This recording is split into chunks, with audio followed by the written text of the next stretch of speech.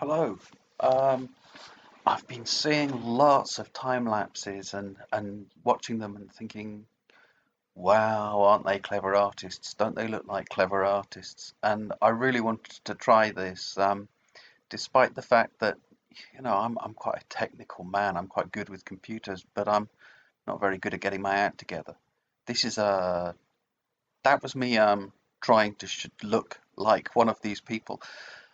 Uh, the painting was going really badly, and I had to go back to what I really do, which is lie it on my lap, wriggle it around, change its position,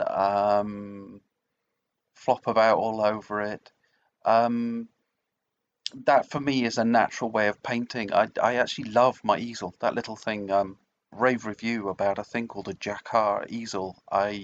It's changed my life, but working on a piece of art, um, kind of on a vertical plane for me is quite a long shot. So uh, you'll notice here that I've started in black and white and then gone into color.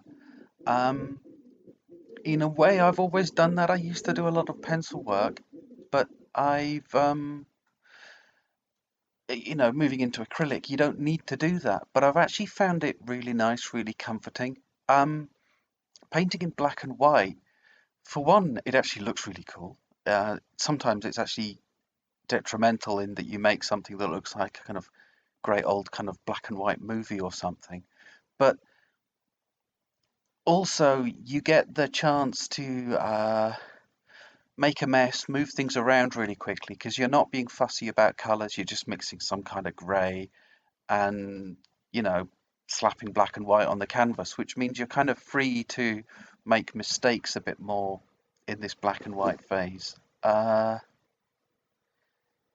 yeah, you'll notice, I'm not seeing what I consider the methods and the techniques of a professional artist. Um, I definitely have my own kind of idiom here, or I don't know, maybe other people do it like this, in which case, like, yay, hello, fellow freak. Um, I'm doing a painting about a mermaid. Uh, Probably not the best choice to do for a time lapse. And, I did, as I said, I was really unhappy with this halfway through. She was originally topless, and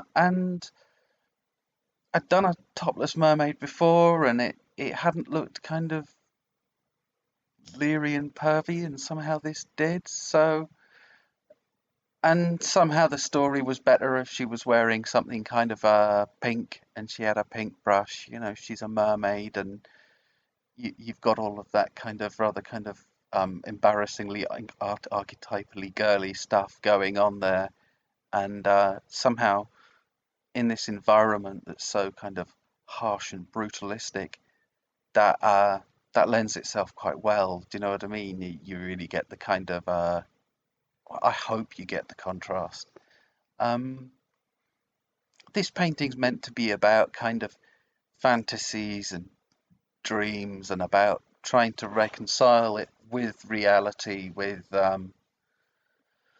having to get a job or not having a job, and with real people that there's not actually anybody in this painting. She's completely on her own, but her environment speaks of people and allowances for the real world. And in the distance is the sea that maybe she came from, but somehow you get that feeling she's not going back, or at least she's trying not to. Um,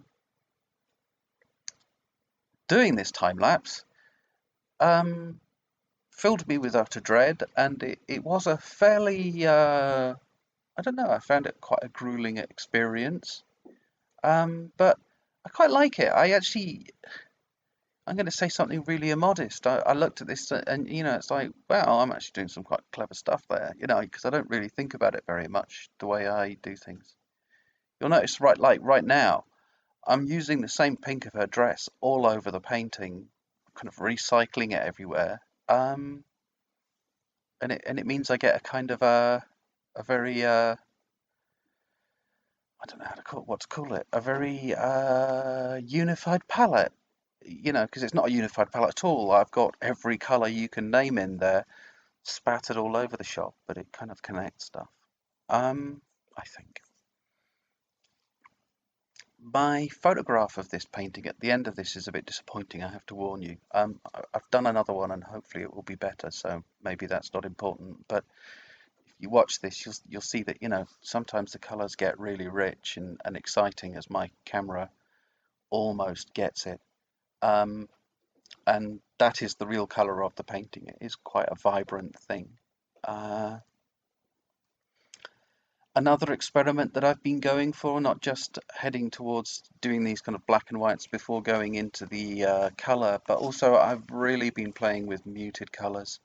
I'm trying at the moment never to put a color on the canvas without at least some degree of desaturation, like literally adding gray to every color I make. I really like the effect. I actually think it looks brighter.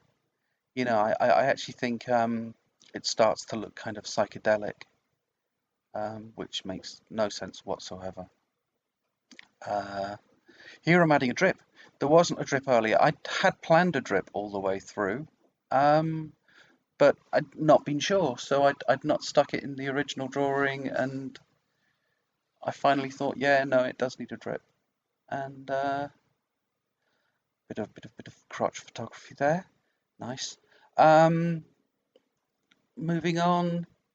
Yeah, actually, there's a pigeon in this video somewhere. I can't remember where. You'll just see it going across the screen.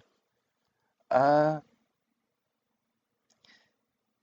yeah, I ended up really happy with the piece, and I have to say, like I said, looking at this, um, I think you can tell that a lot of love goes into my paintings. Um, and obviously, this one was kind of rushed through to get the process done. It's more of a film experiment than an art one. I have to say, I like this painting. I hope you enjoyed this. Don't take what I'm saying too seriously. I'm really just filling the silence.